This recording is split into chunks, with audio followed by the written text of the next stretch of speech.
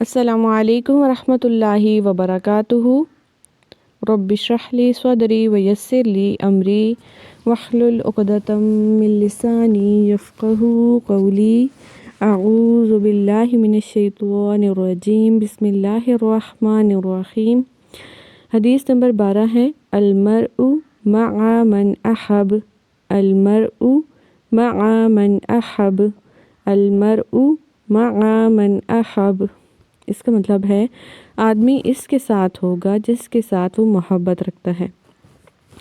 यानी कि अगर आप अल्लाह ताला से मोहब्बत रखते हैं तो फिर आप अल्लाह ताला के साथ होंगे और हमारे प्यारे नबी सल्लल्लाहु अलैहि वसल्लम की पैरवी करेंगे, जो उनके अहकामात हैं, जो सुनते हैं उन पे अमल करेंगे। लिहाजा आज से आपने जो कुछ सीखा है, जितनी सुनते सीखी हैं, वो आपने सारी फॉलो करनी है, ठीक है। और इस हदीस को भी आपने अच्छे से याद करना है, दूसरों के साथ शेयर भी करनी है, ठीक है। अल-मरउ मअ मन अहब। अल-मरउ मअ मन अहब। अल-मरउ मअ मन अहब।